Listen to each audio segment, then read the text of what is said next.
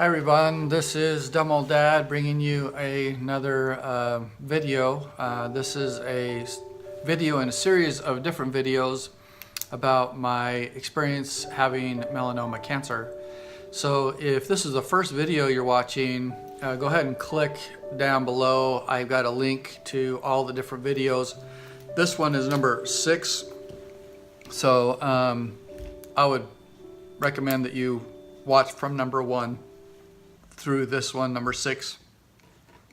Anyway, the last video talked about getting through my first surgery and then I was headed back to the Huntsman Center. So I got back to the Huntsman Center and they looked at my what do you call it, the incision in my leg, and they looked at my hip area, and they said that I was healing very well and that I was doing very well, so I felt very positive about that. And then one of the doctors said, "Has anybody given you the results of your surgery?" And I, at that point, I didn't even know that there was a result. I just thought it would be, we'd be done. So she got very serious and said, the results of your surgery is that there were 2 of your lymph nodes that were removed that in 20% of your lymph node they found traces of melanoma cancer. And so I didn't quite know what to think about that, but she said the result of that means that the cancer cells did move from your leg up into your lymph node system and were starting to travel. So what that means is that you're going to have another surgery. And of course, I did not like hearing that I had to go through another surgery just after being done with one. And they started into all the things that they would have to do for this next surgery and what that would mean. And of course, I mentally started to shut down because I didn't want to hear it. I wasn't emotionally ready to hear all the stuff that they were telling me. So I turned to my wife and I said, "Can you please listen and take notes, because I don't want to listen. I don't want to hear what's going on. I don't want to hear what's going to happen. And then later we can go over it." And I remember trying to zone out and trying to focus my mind, and I went into shock again. My face went white again, and I got all sweaty and clammy in my hands, and I just felt sweaty all over. And they got me a glass of water and some juice and something to eat. And I just remember going into shock again, just like I did the first time they told me that I had cancer. So in this one, they told me that because it has traveled, I'm at a new level. I can't remember the levels of cancer, 1, 2, 3, 4, 5, and 6 or something. I thought I was at a level 3A or something. I can't remember. But anyway, what they said was they would have to remove all the rest of the lymph nodes from my hip kind of groin area.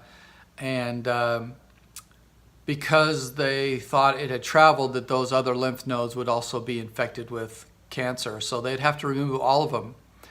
And the hard part about removing all of those lymph nodes is that now I won't have any nodes there to move fluid in and out of my leg.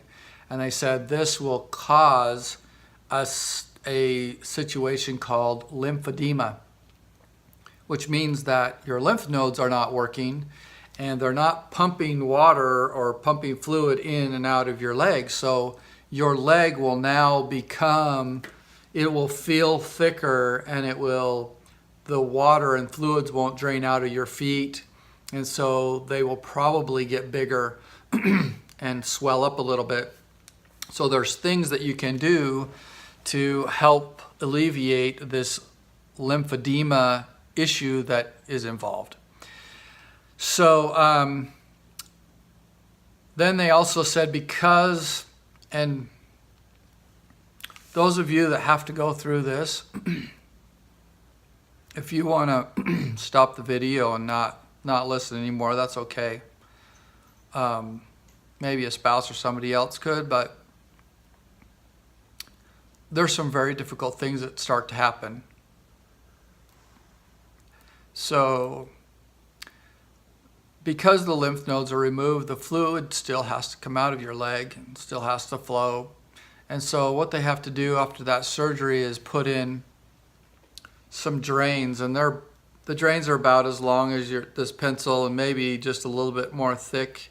And then at the end of this drain, they've got to put a tube on that, and that tube comes out and it goes into a little bulb that's about that size, and that bulb pulls fluid out. So you have drains inside, and this bulb, you squish it so it's flat, so that it starts, when it opens up, or like a balloon kind of sucks out, as it's sucking out this fluid into these little bulbs, that keeps your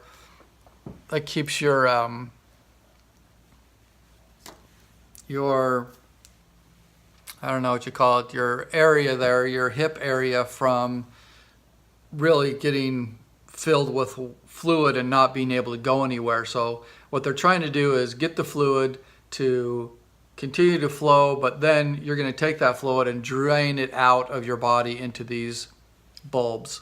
Then this bulb you can detach from the tube, and then you can just squirt that fluid out into little cups. And they gave me little cups to measure how much fluid is draining every day. And I had to keep track of how much fluid was draining every day, because at some point you've drained enough fluid that it's going to stop that flow. And so your cup is only going to have a little bit of fluid left in it after a day, and that's when they determine when you can start pulling out those drainage tubes and those little drainage pieces that are in your leg. So anyway, the other thing that they told me that I would have to do is, because the surgery was so invasive, the second one, that I would need to start taking shots to make my blood thinner. So blood thinning shots. And I would have to start taking them before the surgery and after the surgery, because they're worried that there might be a blood clot that gets into my bloodstream and could go to my heart or go to my brain. And so it's pretty common procedure that you would have to take shots before and after surgery. I'm not really too scared of shots, so I wasn't really thrilled about the idea, but I wasn't terrified either. I didn't really know whether I could do it or not could do it, but I just figured I've got to do it. So I just put my mindset is that I was going to do it. So that is what they told me after my first surgery. Was not good news. They scheduled a time for my second surgery, and I got prepared. At least I tried to start to get prepared for my second surgery. So I'll stop my video right here. This is end of number 6. So if you want to keep watching and learn more about my experience with melanoma, please subscribe and watch my next video, and I'll post my next video in a few days. Thanks, bye.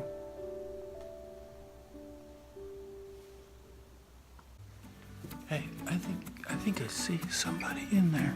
Oh, hey, that's you. You're watching my video. Hey, thanks for watching my video. If you liked it, hit the like button. If you want to share it with your neighbor on Facebook. Or if you want to keep watching my videos, subscribe. Thanks for watching. I'm Dumb Old Dad. We'll see you later. I think I see you in there.